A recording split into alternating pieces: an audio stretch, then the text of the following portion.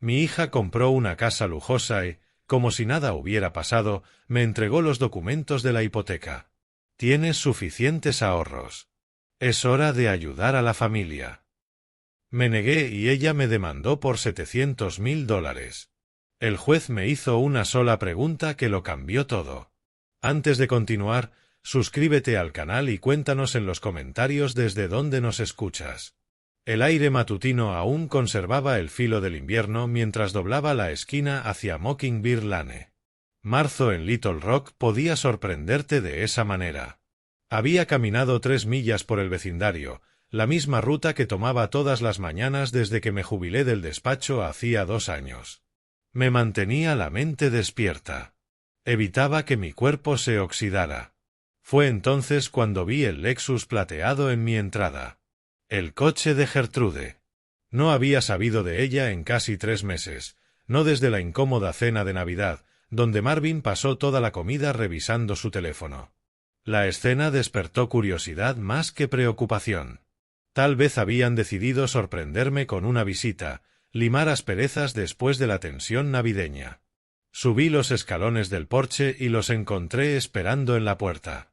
Gertrude llevaba un blazer color crema que no había visto antes, de aspecto caro. Marvin estaba a su lado con pantalones caqui y camisa tipo polo, sosteniendo un sobremanila lo suficientemente grueso como para rellenar un pavó. «Papá». La sonrisa de Gertrude era amplia, teatral. «Perfecto, Timín».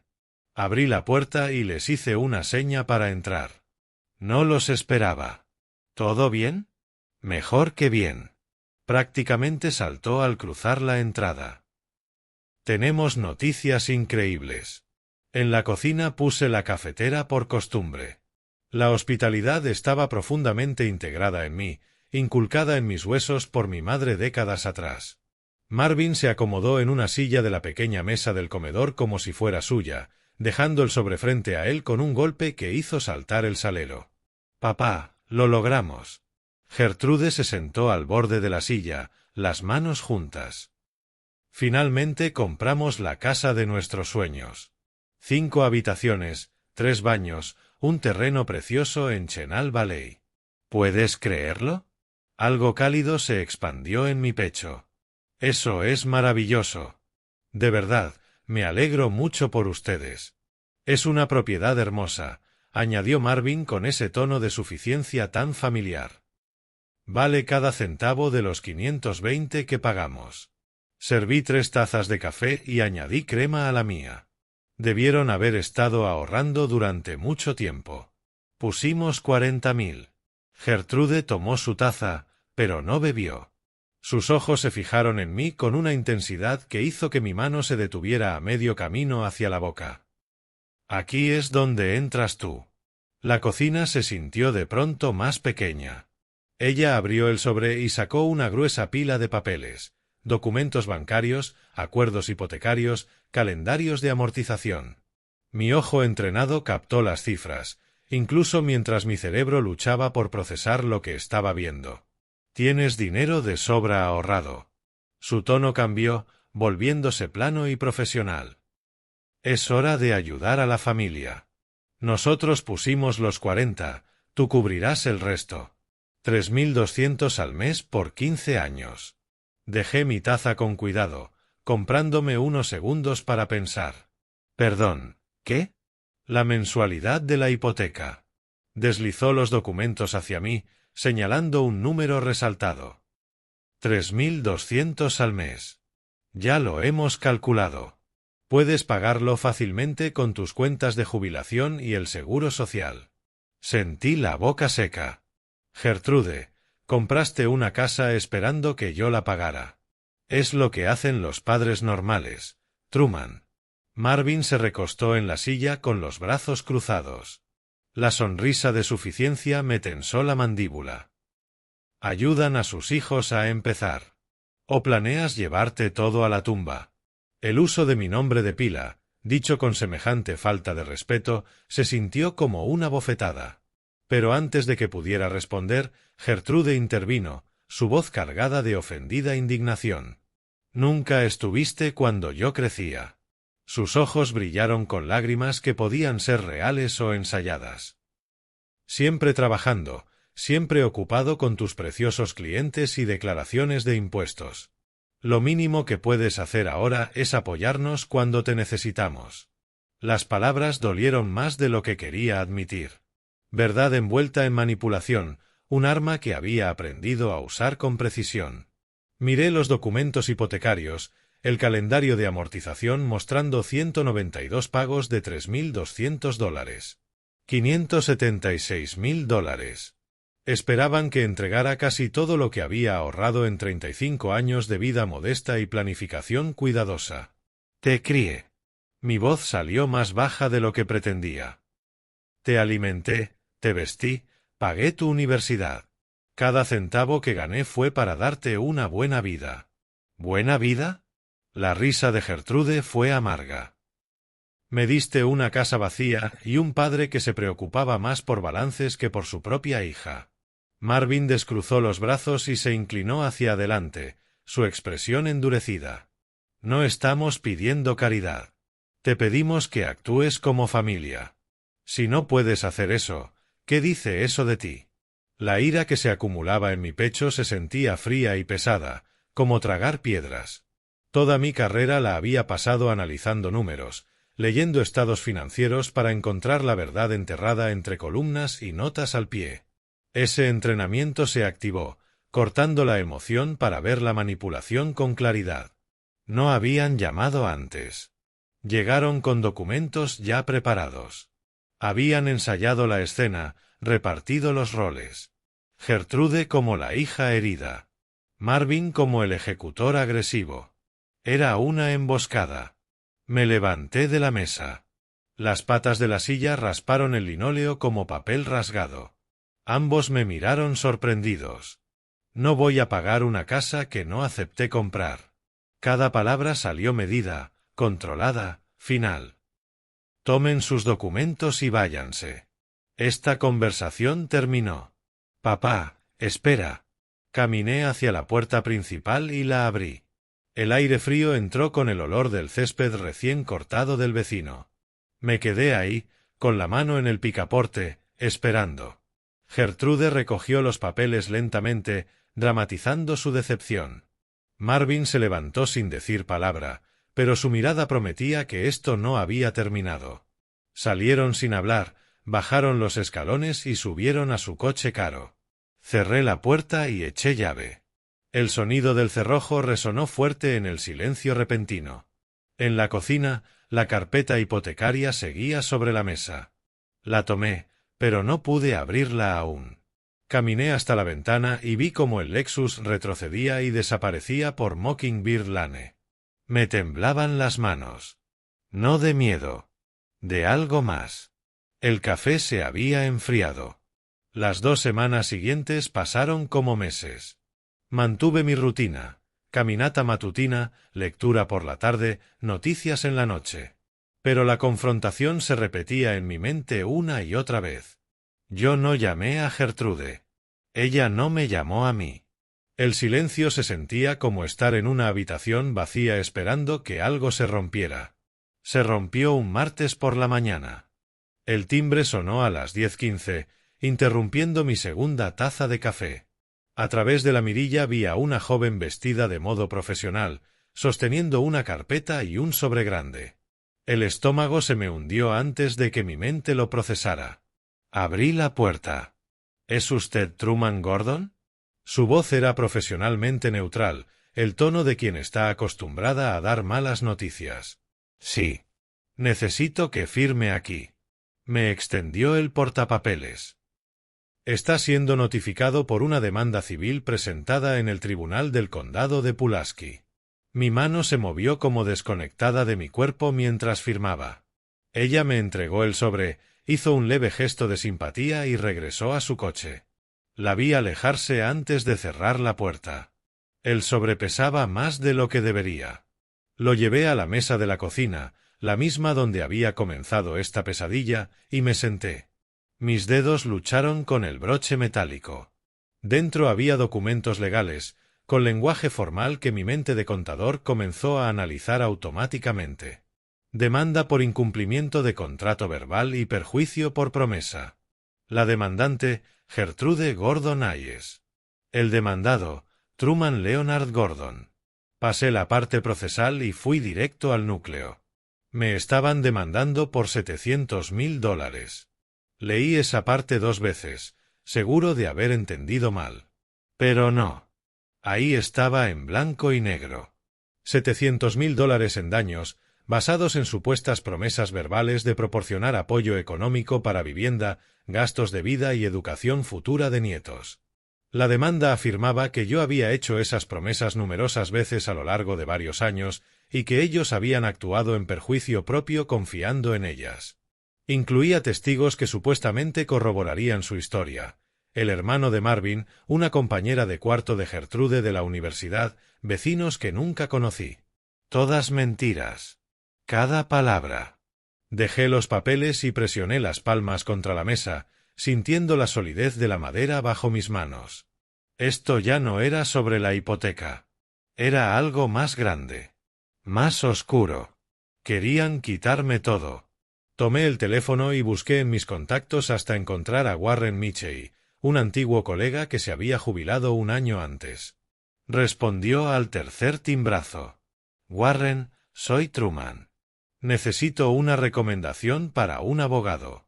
Mantuve la voz firme, objetiva. Asunto familiar, alguien que manejara litigios civiles y conociera leyes de protección a personas mayores. Sí, era serio. Me dio un nombre sin hacer más preguntas. Grace Petón, abogada que había representado a su hermana en un caso similar. Lo agradecí, colgué y llamé de inmediato a su oficina. La recepcionista me agendó para la tarde. Eso me dejaba 4 horas. Las pasé en mi oficina, una habitación convertida donde guardaba archivos organizados por año desde 1985. El archivador estaba cerrado con llave. Siempre fui cuidadoso con los documentos y tenía la llave en el cajón del escritorio. Fui sacando carpetas en orden. Estados de cuenta recientes. Comprobantes de cada transacción con Gertrude. Cheques de cumpleaños. Regalos de Navidad. El préstamo de $5,000 del 2022 que pagó en 6 meses. Correos electrónicos. Capturas de pantalla de mensajes de texto. Conversaciones donde jamás mencionaba esperar apoyo económico más allá de los regalos ocasionales. De otro cajón saqué mi antiguo teléfono, el que había sustituido el año anterior. Lo había guardado porque soy incapaz de tirar algo que pueda ser útil. Lo conecté a la computadora y exporté todas las conversaciones con Gertrude, 3 años completos en formato buscable. Para las 3 de la tarde tenía 4 carpetas organizadas. Estados financieros. Correspondencia. Registros de llamadas. La demanda. Todo cruzado por fecha. 35 años de entrenamiento profesional habían cableado mi mente para esa precisión. La oficina de Grace Petón estaba en el 3er piso de un edificio en el centro de Little Rock, a 20 minutos de mi casa. Conduje con las carpetas en el asiento del copiloto como si fueran munición. Su oficina era más pequeña de lo que esperaba, pero impecable. Libros de derecho en una pared. Diplomas en otra. Se levantó al verme entrar. Mujer de unos 50 y tantos, cabello gris acero, ojos filosos que me evaluaron al instante. Señor Gordon. Me estrechó la mano. Siéntese, por favor. Cuénteme qué está pasando. Le entregué la demanda primero. La leyó con rapidez, sin cambiar la expresión. Luego le pasé las carpetas una por una, explicando su contenido. Esto es un caso de explotación financiera. Dejó la demanda a un lado y abrió mis registros bancarios. Están alegando promesas verbales por $700,000 sin una sola prueba escrita. Es atrevido. Nunca prometí comprarles una casa. Las palabras salieron con más dureza de la pretendida. Tengo registro de cada transacción significativa con mi hija. Documenté todo. Es mi formación. Grace asintió pasando las hojas. Un leve gesto aprobatorio apareció, reconocía documentación sólida cuando la veía. Esto ayuda mucho, pero ellos argumentarán que las promesas verbales no requieren prueba escrita y llevarán testigos que jurarán haberlo escuchado comprometerse. Testigos que mentirán. Testigos que declararán bajo juramento. Me miró. Esto es una guerra, señor Gordon. Ellos la empezaron. Tenemos buena evidencia, pero necesitamos que sea perfecta. ¿Puede manejar esta lucha? La pregunta quedó suspendida entre nosotros. ¿Podía enfrentar a mi propia hija en un tribunal? ¿Verla intentar destruirme y responder sin piedad? Pensé en la carpeta hipotecaria, en la expresión de shock cuando me negué, en la mirada de Marvin, en las lágrimas practicadas de Gertrude. «Puedo manejarlo», respondí. Grace sacó un bloc legal y activó su bolígrafo. «Bien. Entonces empecemos». Salí una hora después con una sesión de estrategia para la semana siguiente y una creciente lista de documentos adicionales a recopilar. Caminé hasta el coche mientras caía la luz de la tarde, guardé su tarjeta de presentación en mi cartera y tomé un camino distinto a casa. Las calles se veían desconocidas pero no amenazantes. Un nuevo camino para una nueva realidad. Mis manos en el volante estaban firmes. Esto era guerra. Y yo entendía la guerra. Números. Evidencia. Estrategia. Precisión. Esas eran mis armas. Habían sido mis armas durante décadas. Querían $700,000. Tendrían una pelea.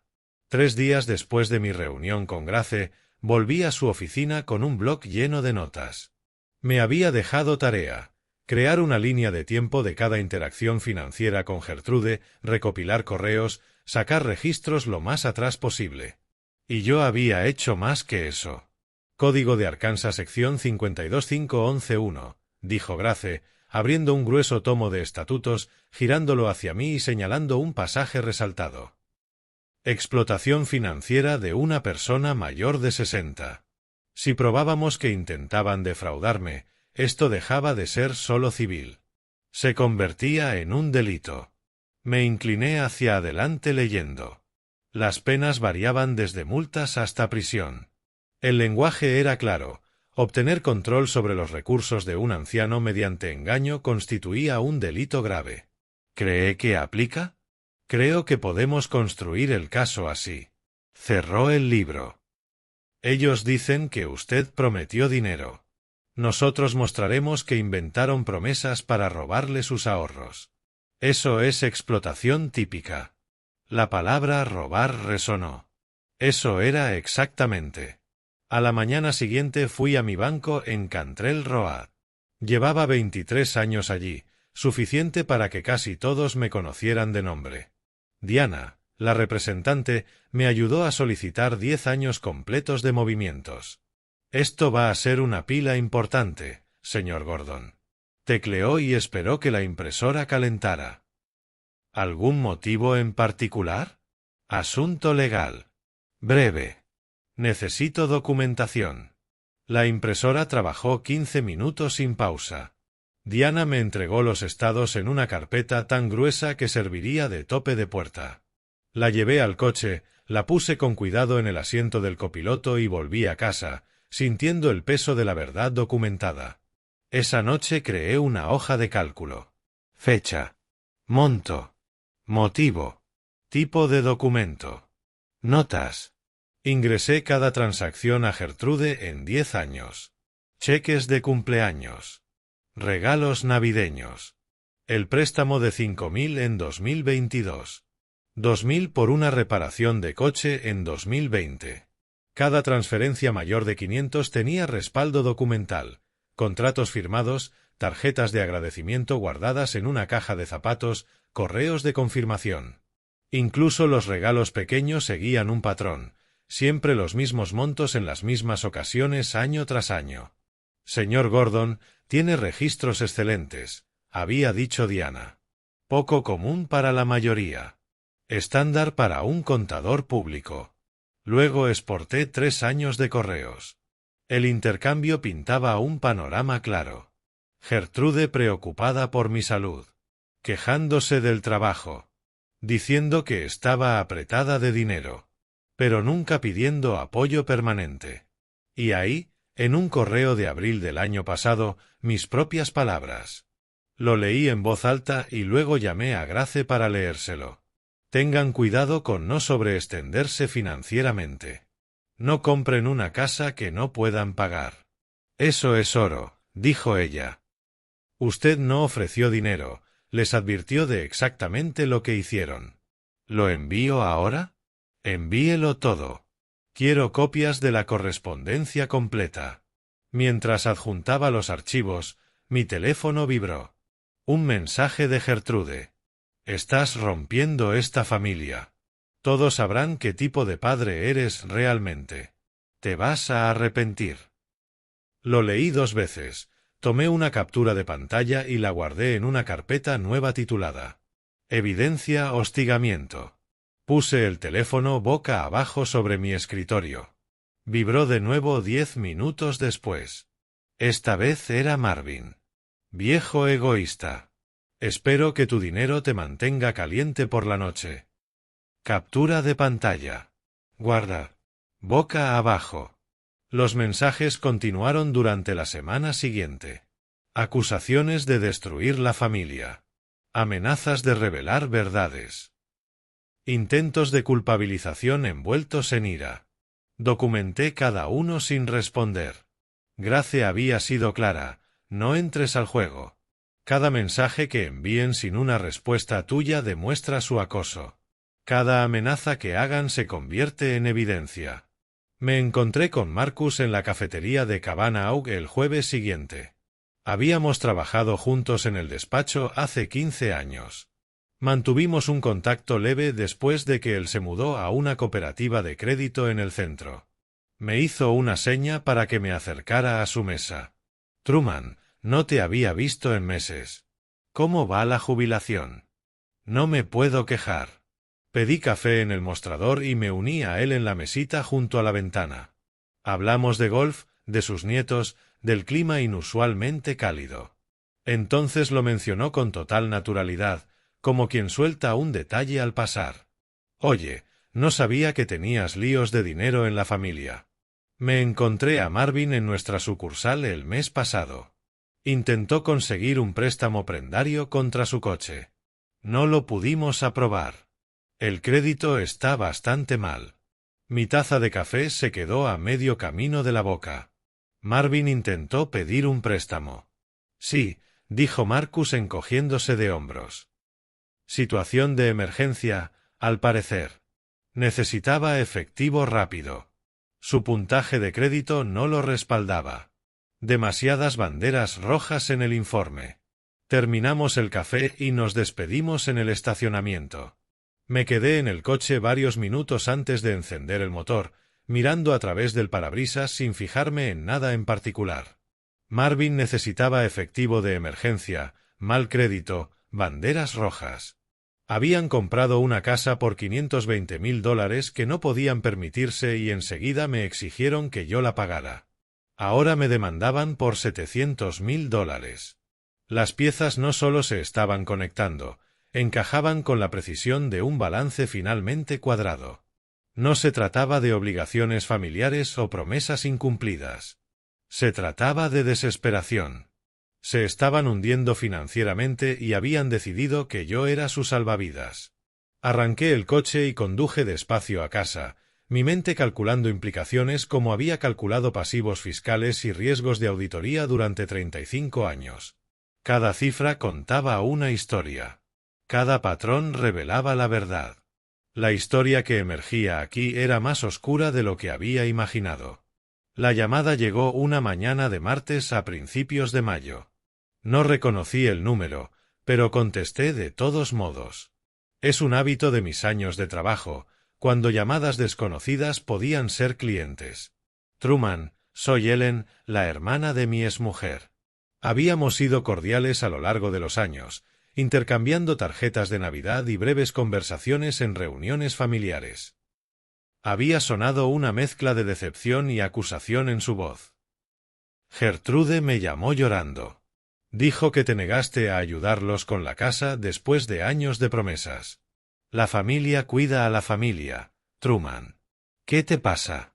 La escuché dar su charla de 5 minutos sobre obligaciones y responsabilidad, sobre cómo mi hija necesitaba apoyo en tiempos difíciles. Cuando por fin respiró, respondí en tono plano y medido. Esto es un asunto jurídico. No lo discutiré fuera de la corte. Adiós, Ellen. Colgué y añadí su número a la lista que había comenzado con los contactos familiares que me estaban llamando. Era la tercera esa semana.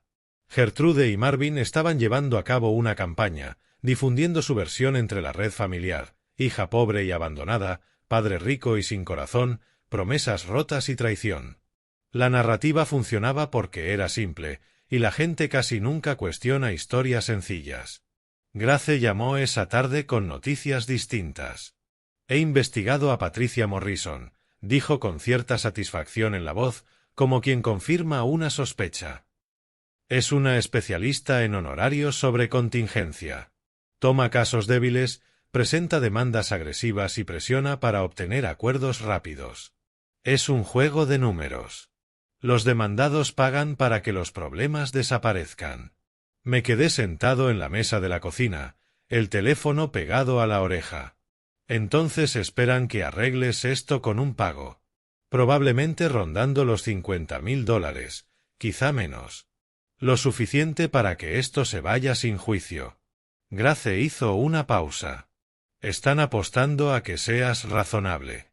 La palabra sonó amarga. La mayoría de la gente lo es. La mayoría paga algo para evitar tribunales, estrés y la interrupción de sus vidas. Morrison lo sabe. Ha construido su práctica sobre eso. Miré por la ventana a mi pequeño jardín de siempre. Ser razonable sería más fácil. Ser razonable me permitiría volver a mi tranquila jubilación. Ser razonable me costaría $50,000 y mi respeto propio. Presenta la contrademanda, dije. No voy a pagar nada. Ni $50,000, ni $50. Ellos eligieron este camino. A la mañana siguiente fui a la oficina de Grace y firmé los documentos de la contrademanda. Cada página declaraba que la demanda original era frívola, exigía que pagaran mis costas legales y los acusaba de presentar declaraciones falsas a sabiendas. Mi firma pesaba más en cada hoja. Esto lo escala todo, advirtió Grace mientras fechaba la última página. Se enfurecerán. La presión familiar aumentará.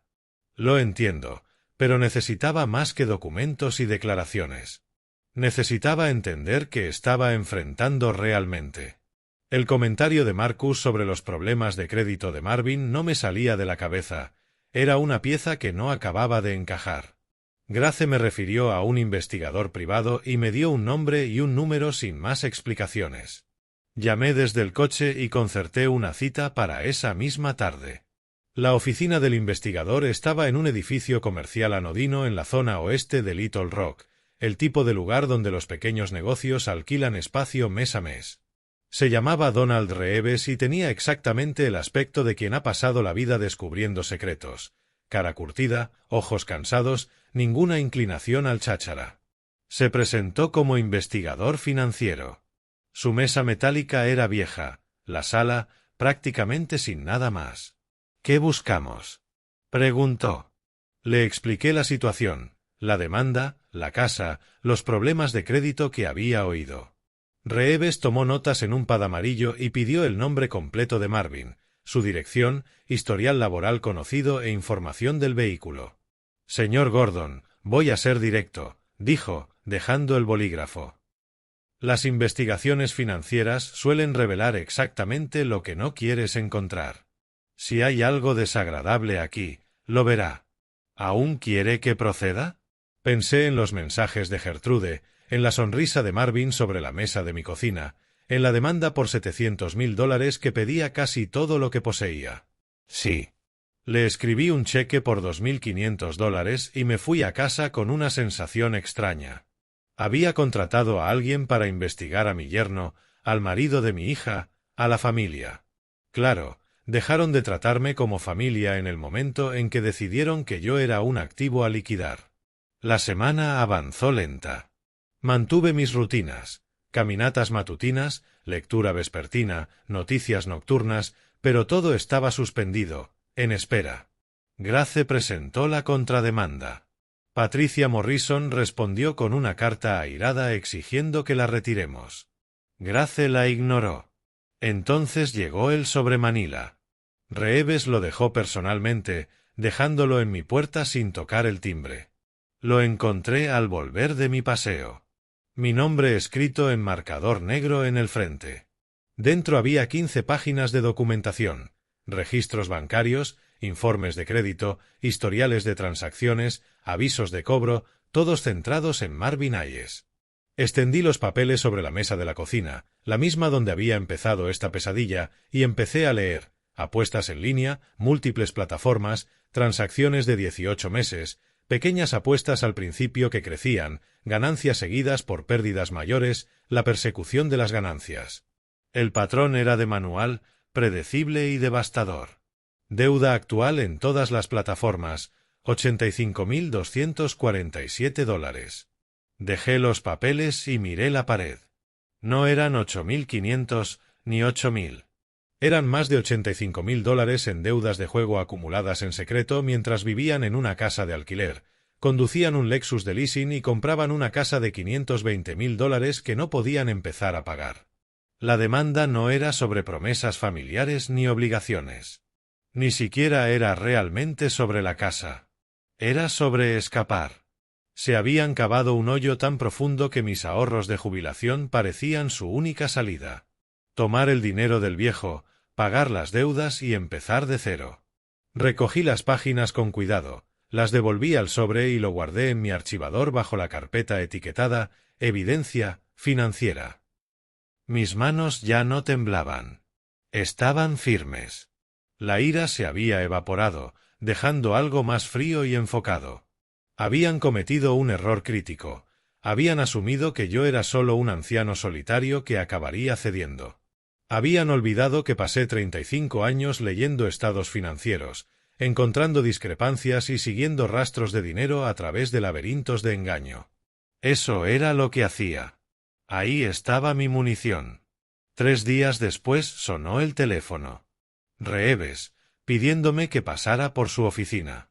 Su tono insinuaba que no era un seguimiento rutinario. Conduje al otro lado de la ciudad esa tarde, ya sospechando que aquello cambiaría algo. El segundo sobre Manila reposaba sobre su escritorio cuando entré, más delgado que el primero, pero igualmente ominoso. Su yerno tiene problemas con los prestamistas depredadores, dijo Reeves, abriendo el sobre y sacando fotografías. Documenté 2 intentos de cobro en su lugar de trabajo, y por lo que observé entre él y su hija, diría que ella se está enterando en tiempo real. La primera foto mostraba a 2 hombres en vaqueros y chaquetas de cuero acercándose a Marvin fuera de un edificio de oficinas. Su lenguaje corporal irradiaba amenaza. La segunda lo captaba pálido y acorralado. Luego me mostró otras, con marca de tiempo de la noche anterior, Gertrude y Marvin en su entrada, visibles desde la calle. Ella con las manos levantadas, él en posición defensiva, su rostro retorcido por la sorpresa y la furia. Ella no lo sabía, dije en voz alta, procesando lo que veía. Esa es mi impresión, respondió Reeves, señalando una foto. Esto es alguien recibiendo una mala noticia, no discutiendo problemas conocidos. Sea lo que sea que esté haciendo su yerno, se lo ocultó hasta hace poco. Con las fotografías en mano, conduje directamente a la oficina de Grace. Ella despejó la mesa de conferencias y extendí las imágenes sobre la madera pulida como si repartiera cartas. Grace las examinó con detenimiento, su expresión se agudió con reconocimiento. Si podemos demostrar que Gertrude fue manipulada por la desesperación de Marvin, cambia la narrativa, dijo. La demanda pasa a ser su esquema, no solo de ella. El juez la verá de forma distinta. Podría protegerla de cargos penales. Algo se retorció en mi pecho. Por un momento vi a mi hija de 8 años, la rodilla raspada por caerse de la bicicleta, llorando en mis brazos. Y luego recordé sus palabras en mi mesa de la cocina: nunca fuiste realmente un padre. Aún así firmó los papeles. Mi voz sonó medida y más dura de lo que pretendía. Siguieron con esas amenazas. Aunque Marvin la empujara, ella firmó. ¿Importa si sabía por qué? Grace dejó la fotografía sobre la mesa. Legalmente puede importar, dijo. Moralmente, es usted quien decide. Salí de su oficina con las fotos y conduje por el tráfico vespertino. La casa se sintió más vacía al entrar. Preparé café que no bebí y me senté en mi escritorio, revisando el informe del investigador.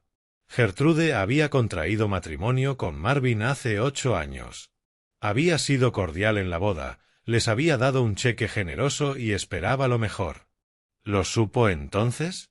¿O lo fue descubriendo poco a poco, capa tras capa, hasta verse tan atrapada que escapar significaba destruirlo todo? El pensamiento permaneció 5 minutos antes de que decidiera abrir de nuevo la carpeta etiquetada «Evidencia, hostigamiento». Leí sus mensajes otra vez: amenazas, acusaciones, la campaña pública para pintar mi imagen como la del villano. Fuera lo que Marvin había hecho, ella había elegido convertir nuestra relación en un arma en lugar de venir a mí con honestidad. Esa fue su decisión y su responsabilidad. Cerré la carpeta y la archivé. A la mañana siguiente llegó una carta certificada.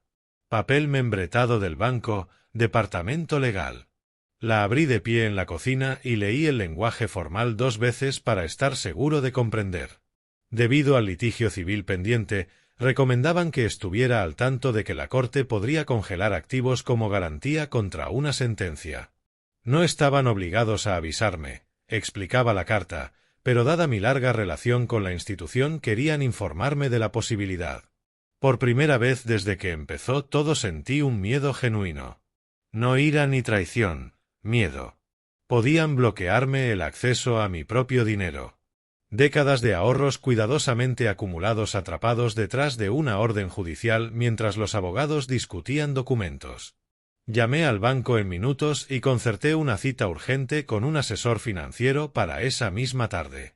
La solución fue elegante en su simplicidad. La ley de Arkansas protege las cuentas de jubilación de las sentencias civiles. Podía transferir $400,000 de mis ahorros a una cuenta IRA. El dinero seguiría siendo mío, accesible según las reglas de la cuenta, pero intocable por cualquier fallo de la corte a favor de Gertrude. Señor Gordon, esta protección de activos es legal y prudente dado el litigio, me explicó el asesor mientras firmaba los formularios. Pero comprenda que parece defensivo. La parte contraria dirá que está ocultando dinero. Prepárese para esa caracterización. Estoy preparado para muchas cosas, pensé. La transferencia se completó en horas. Observé la pantalla del ordenador mientras $400,000 se movían de vulnerable a protegida. Fue como mover piezas en un tablero, anticipando la jugada del oponente y bloqueándola antes de que pudiera realizarla. Esa noche, seguro en mi protección, mi teléfono vibró con un mensaje. Apareció el nombre de Gertrude en la pantalla. Papá, aún no es demasiado tarde para arreglar esto de la forma fácil. Acepta $200,000 y retiramos todo. Piénsalo. La familia no tiene por qué acabar así. $200,000, rebajados de los 700,000. Se estaban negociando a sí mismos, lo suficientemente desesperados como para aceptar una fracción de su demanda original. Leí el mensaje 3 veces, valorando mi respuesta. El pulgar flotó sobre el teclado. Luego puse el teléfono boca abajo sobre el escritorio y me alejé. Si querían una respuesta, mi silencio la proporcionaría.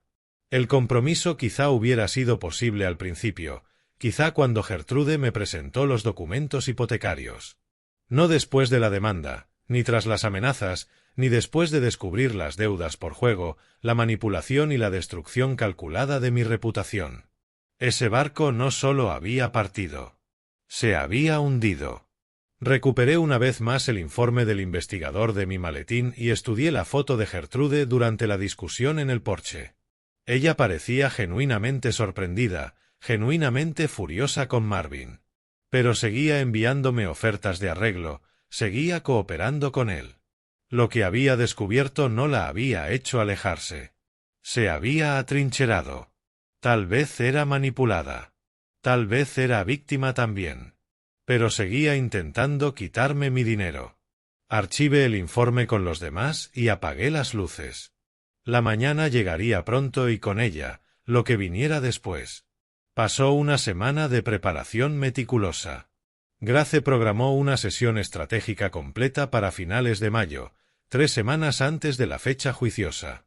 Cuando llegué, ella había convertido la sala de conferencias en algo parecido a un cuartel general de fiscalía.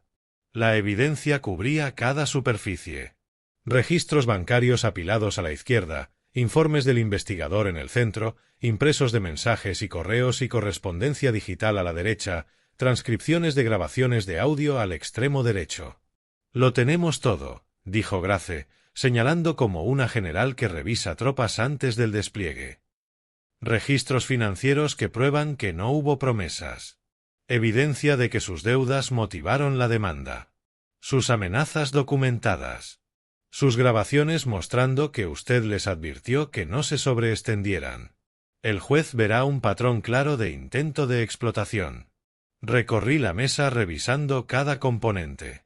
35 años de formación profesional me habían enseñado a apreciar la documentación exhaustiva. Esto era más que exhaustivo. Esto era abrumador. Entonces Grace deslizó otro documento sobre la mesa, una moción legal, formalmente mecanografiada, con citas en los márgenes. Esta moción lo cambiaba todo. Su tono se volvió más grave. Si el juez encuentra causa probable de explotación de ancianos, esto pasará al fiscal. Investigación penal, posibles cargos. Su hija podría enfrentarse a delitos graves. Necesita estar seguro. Tomé la moción y la leí lentamente. Código de Arkansas, sección 5-25111. Explotación financiera de personas mayores, delito de clase C, hasta 10 años de prisión. Las palabras se asentaron en mi pecho como piedras. «Dame hasta mañana», dije. Esa tarde conduje a casa y me senté en mi escritorio con la moción frente a mí. Afuera, el sol se ocultaba detrás del roble del vecino, tiñendo la oficina con un ámbar que se desvanecía en gris. Gertrude con una condena por delito grave. Gertrude en prisión.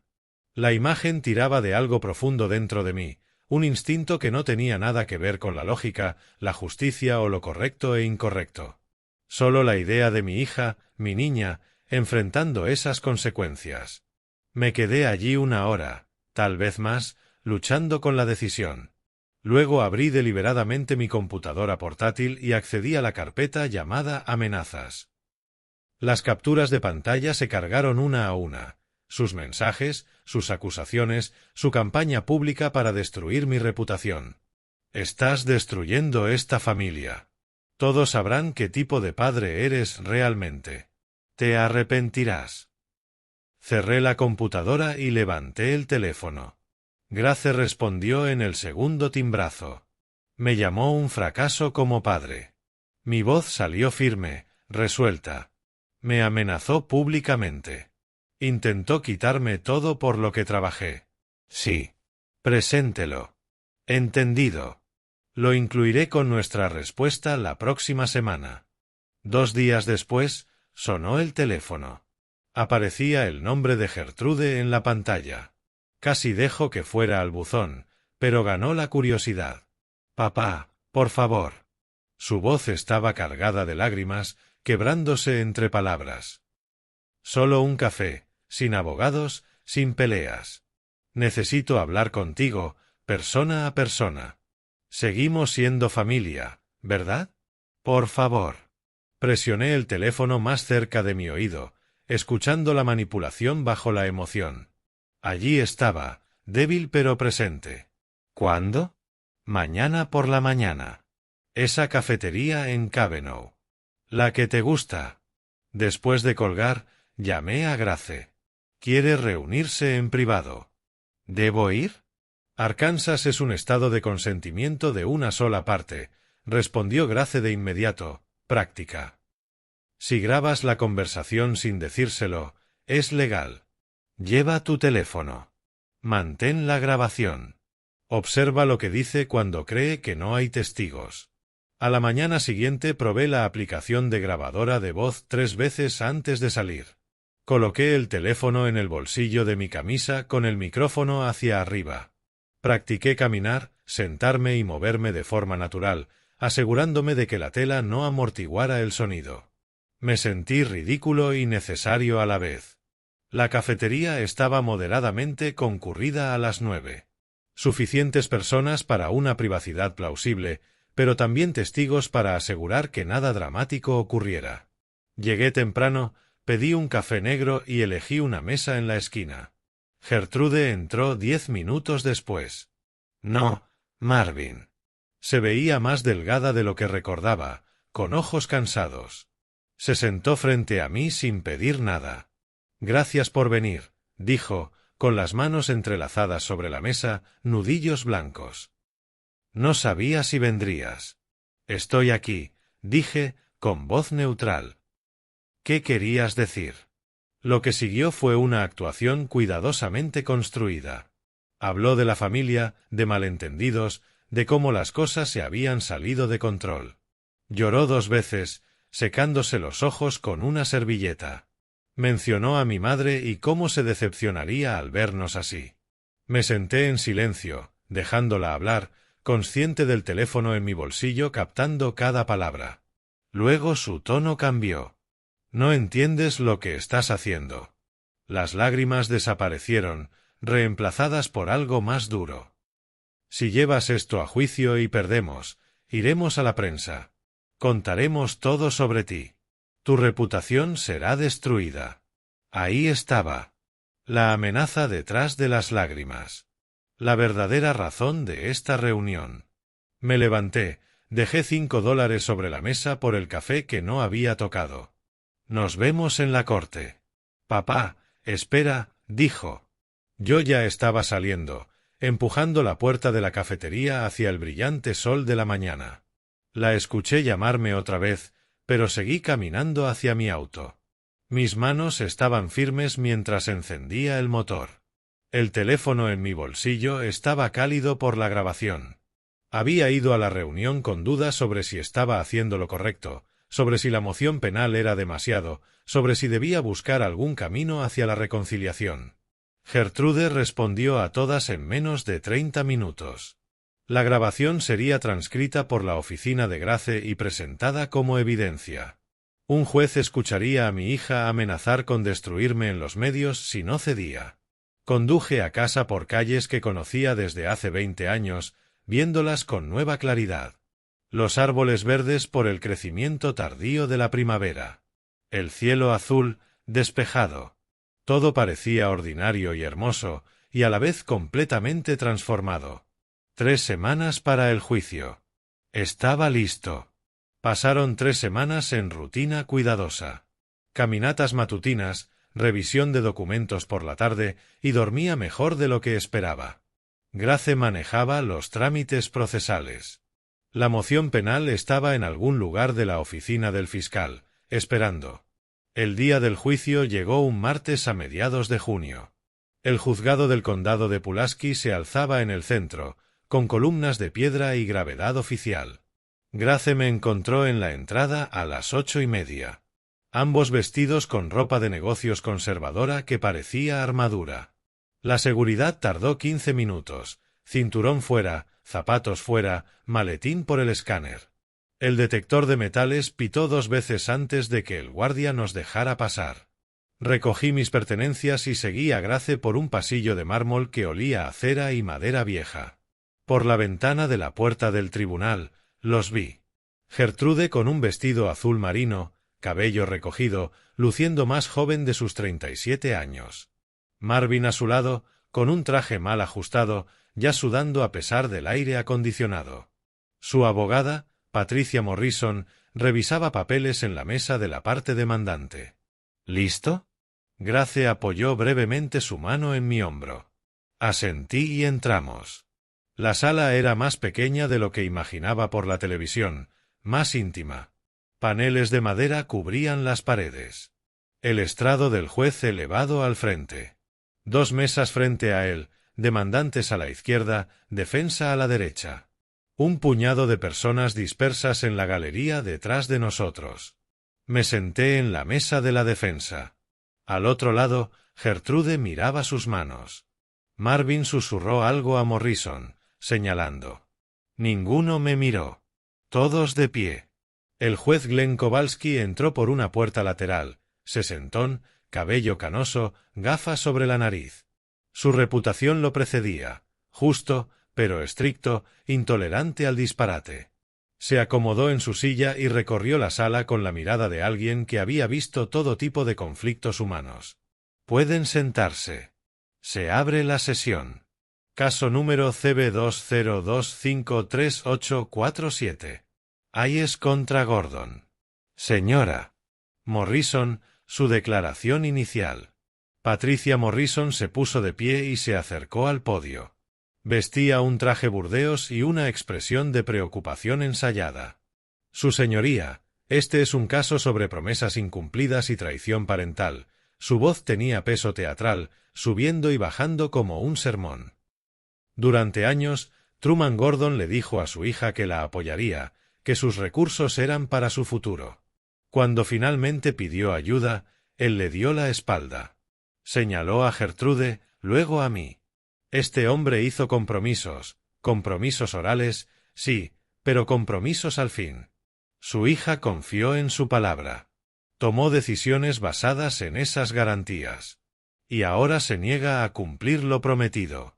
Morrison habló durante 20 minutos, pintando a la hija devota y al padre egoísta. Usó frases como confianza rota y obligación parental, exigiendo $700,000 por daños emocionales y por incumplimiento de compromisos orales.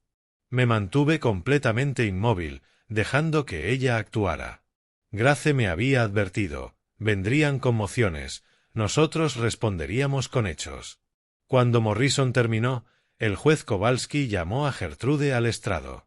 Fue juramentada, tomó asiento y se transformó en la actuación que había anticipado. Él siempre decía que se encargaría de mí. Su voz se quebró ligeramente, perfectamente cronometrado.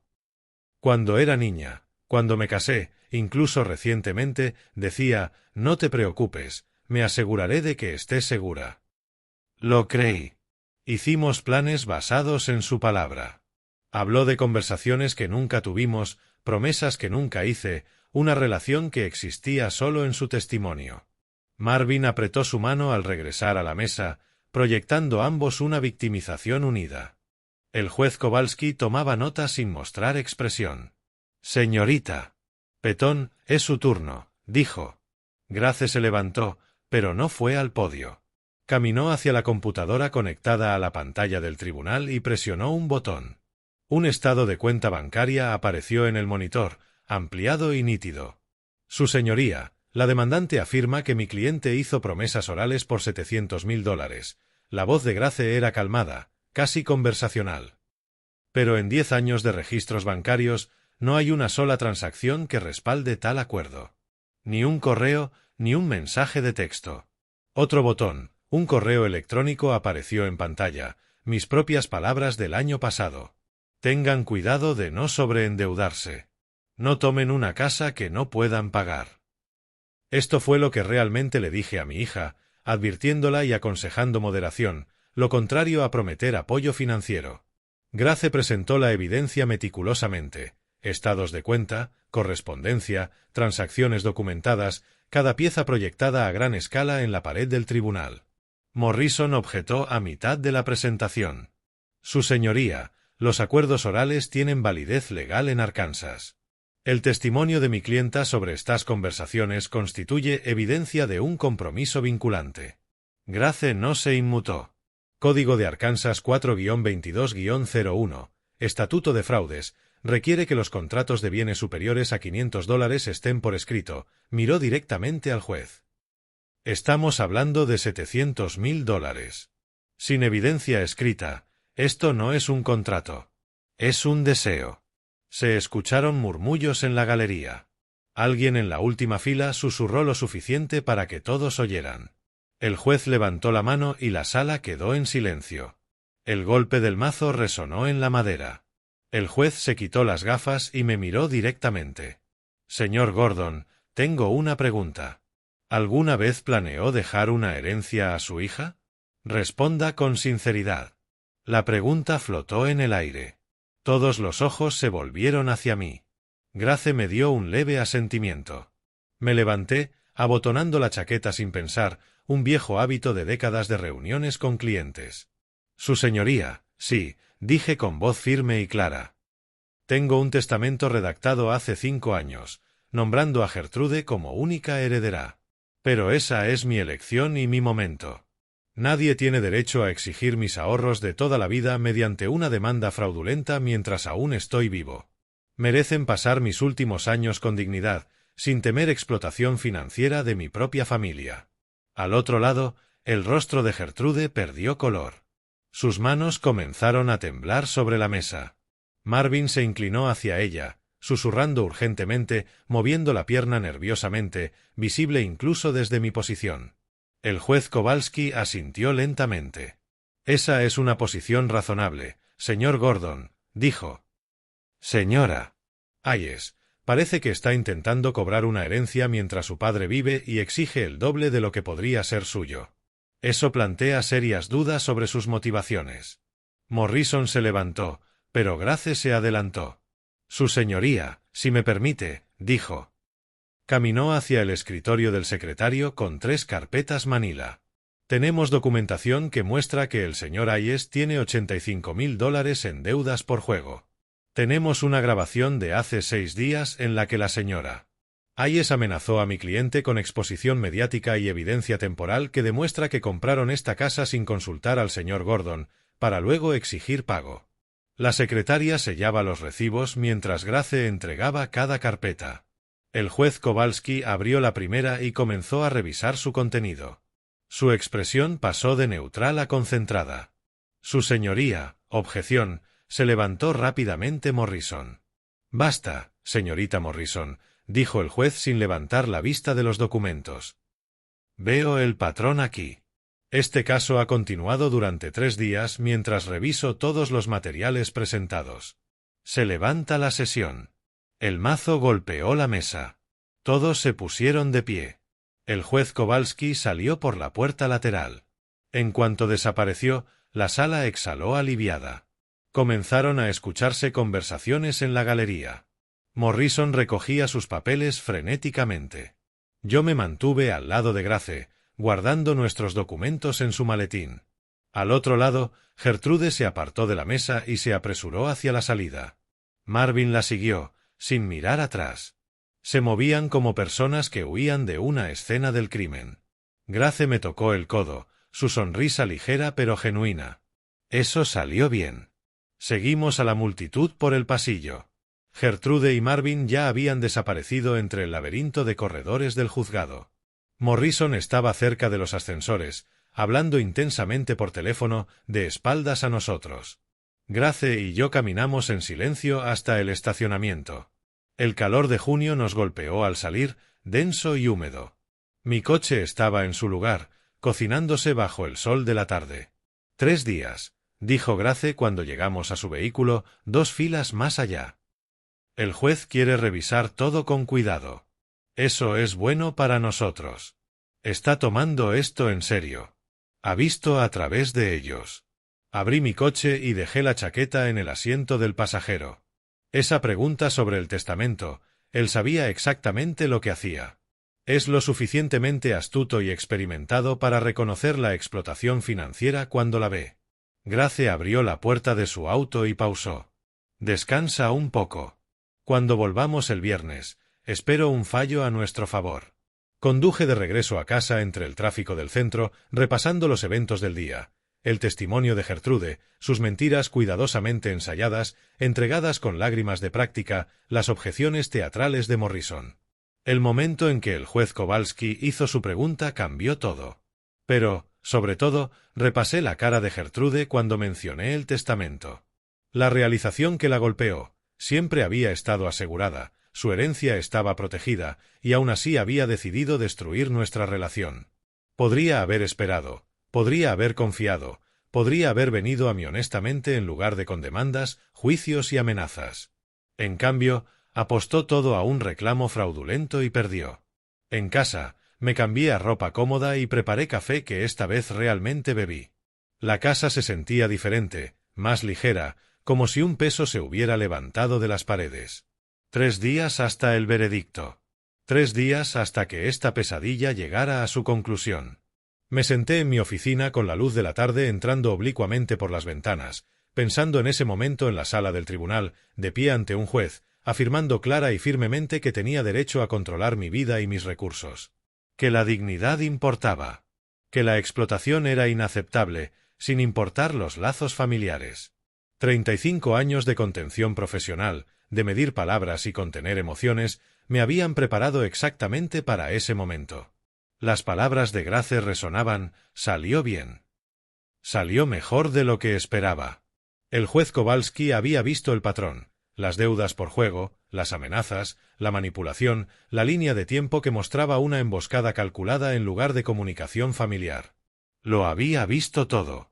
Y a menos que estuviera interpretando mal la situación, se preparaba para fallar a mi favor, no solo desestimar su demanda, sino potencialmente remitir el caso a los fiscales para investigación criminal bajo la ley de explotación que Grace había presentado. Gertrude y Marvin habían salido corriendo de la sala como personas que saben que las paredes se están cerrando. Terminé mi café y me acerqué a la ventana. Mi vecino cortaba su césped, el sonido rítmico y ordinario. El roble en mi patio trasero se mecían suavemente con la brisa. Todo parecía exactamente igual que esa mañana, pero de alguna manera transformado. 3 días más. Podía esperar 3 días más. La victoria estaba cerca. Podía sentirla como se siente la lluvia antes de que caiga la primera gota. Los 3 días pasaron lentamente. Mantuve mi rutina, pero sentí todo suspendido entre resultados, esperando la palabra final.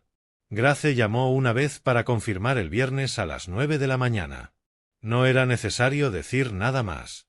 Cuando llegó el viernes, me vestí con el mismo traje que había usado el martes.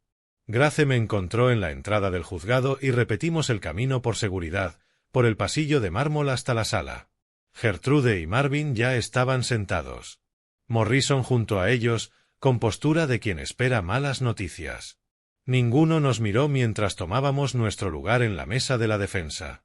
El juez Kowalski entró cargando una carpeta gruesa de documentos. Se acomodó en su silla, ajustó sus gafas y abrió la carpeta deliberadamente. Siéntense. He revisado todos los materiales presentados en este caso, dijo. Miró ambas mesas, sin mostrar expresión. Tras una revisión minuciosa de toda la evidencia, esta corte no encuentra prueba creíble de contratos orales o promesas. El caso del demandante carece de documentación, evidencia contemporánea o corroboración confiable. Hizo una pausa, dejando que las palabras calaran. Por lo tanto, la demanda se desestima con prejuicio. Exhalé lentamente. A mi lado, la mano de Grace tocó mi antebrazo brevemente. Al otro lado, la cabeza de Gertrude cayó hacia adelante. Marvin apretó la mandíbula tan fuerte que pude ver el músculo saltar. Pero el juez Kowalski no había terminado. Además, se concede la contrademanda del demandado. Las demandantes Gertrude Hayes y Marvin Hayes deberán pagar a los demandados los costos legales por un total de $18.500 dentro de los próximos 60 días. La mano de Marvin se aferró al borde de la mesa, los nudillos blancos. Morrison reorganizaba papeles, evitando mirar a su clienta. La expresión del juez se volvió más grave. Finalmente, basándome en la evidencia presentada respecto a la posible explotación financiera de una persona mayor de 60 años, remito este asunto a la oficina del fiscal del condado de Pulaski para investigación bajo el Código de Arkansas, sección 5, artículo 251. La sala quedó en silencio. Esto era diferente a una simple desestimación. Esto era criminal. Se levanta la sesión. El mazo golpeó. Salimos al pasillo. Gertrude se apoyó inmediatamente contra la pared, llorando desconsoladamente. Marvin permaneció junto a ella, una mano sobre su hombro, mirando al suelo. Morrison caminó rápidamente hacia la salida sin decir palabra, sus tacones resonando en el mármol. Grace me apartó un momento y habló en voz baja. La remisión criminal es significativa. Si el fiscal presenta cargos, enfrentan delitos graves de clase C. Eso significa hasta 10 años de prisión, multas sustanciales y antecedentes penales. Esto se volvió muy serio para ellos. Asentí, observando a Gertrude llorar. Se veía pequeña contra la pared, disminuida por el peso de consecuencias que nunca imaginó. «Dame un momento», dije a Grace. Me acerqué a ellos.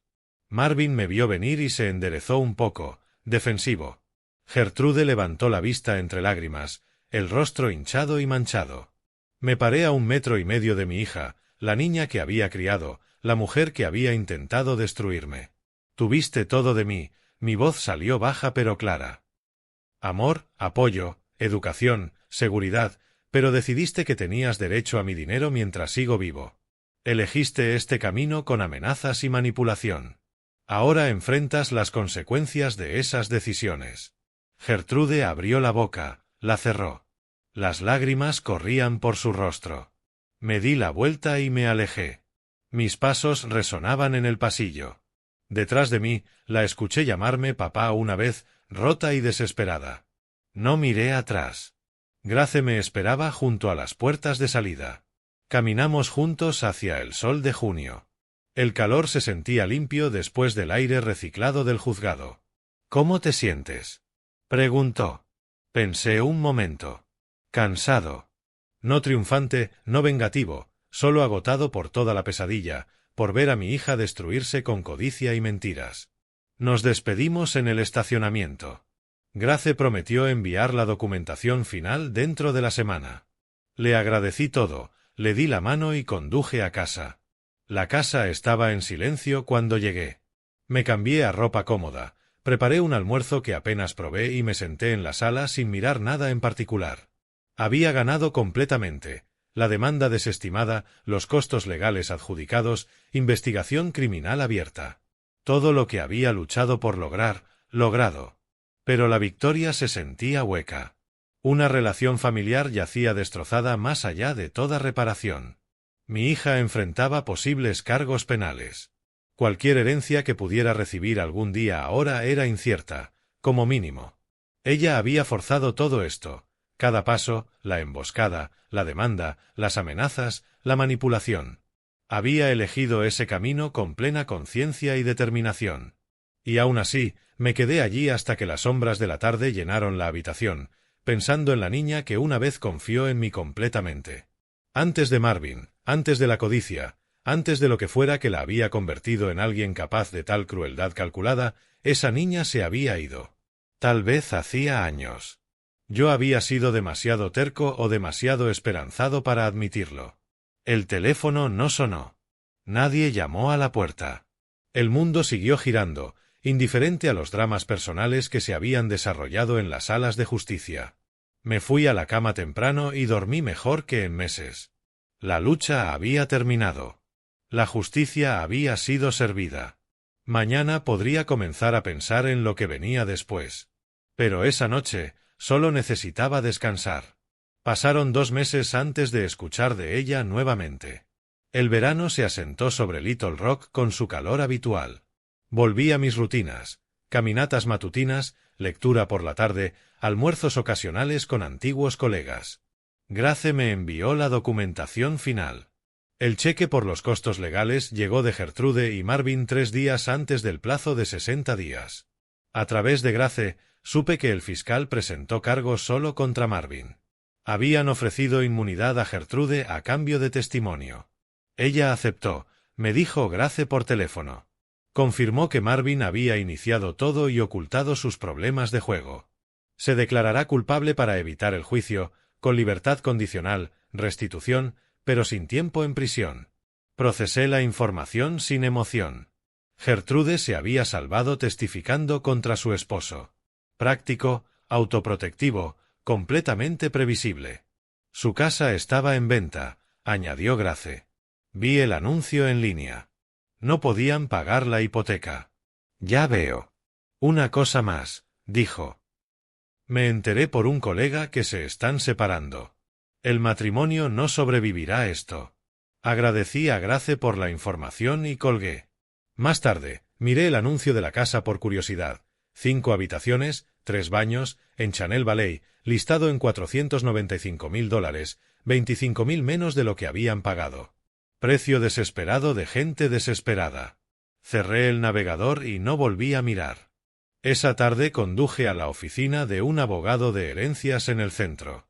No, Grace. Esto requería experiencia diferente. Había hecho la cita la semana anterior.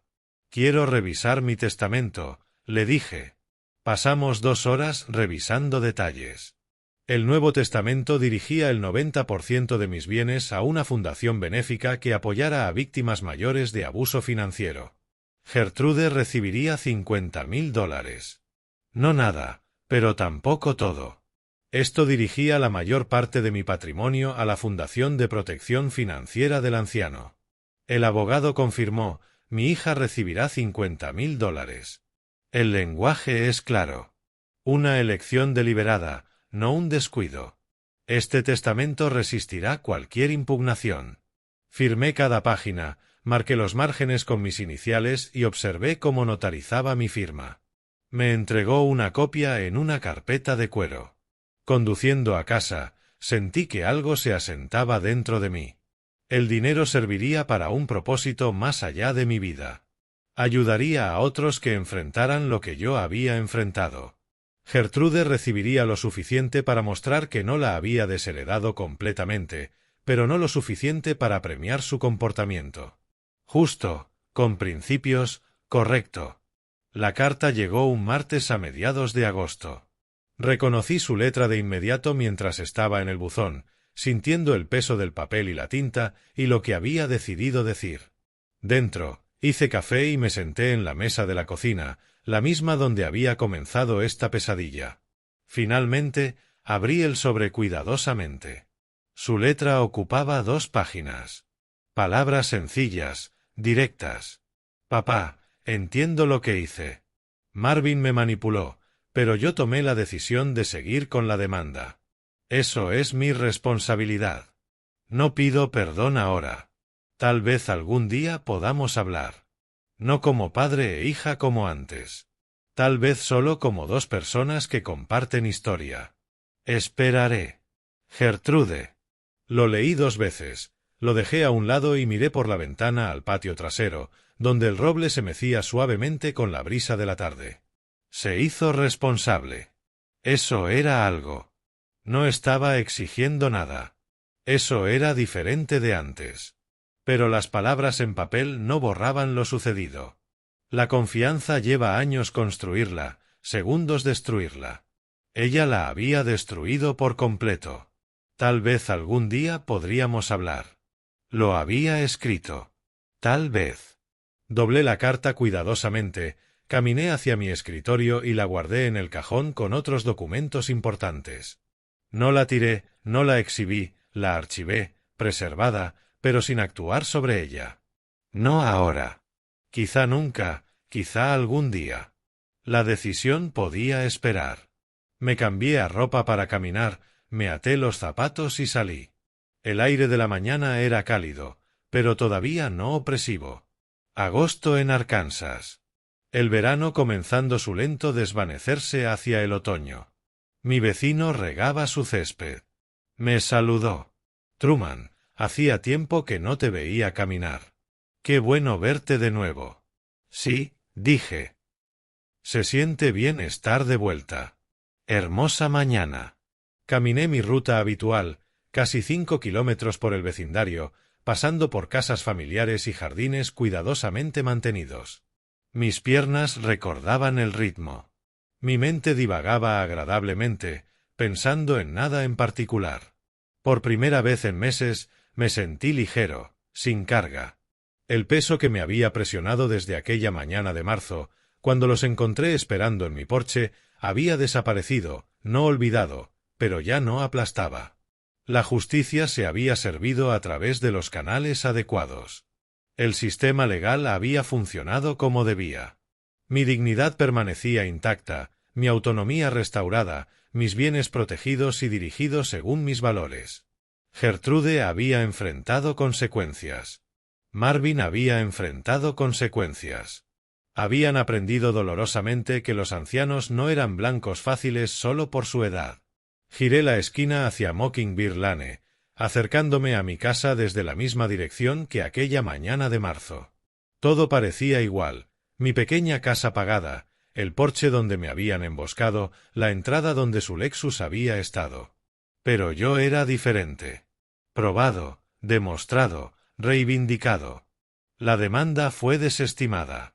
La investigación criminal siguió su curso. El testamento fue revisado. La carta archivada. La vida continuaba según mis términos. Subí los escalones del porche, desbloqueé la puerta y entré para comenzar el día. Había café que preparar, noticias que leer, una vida que vivir.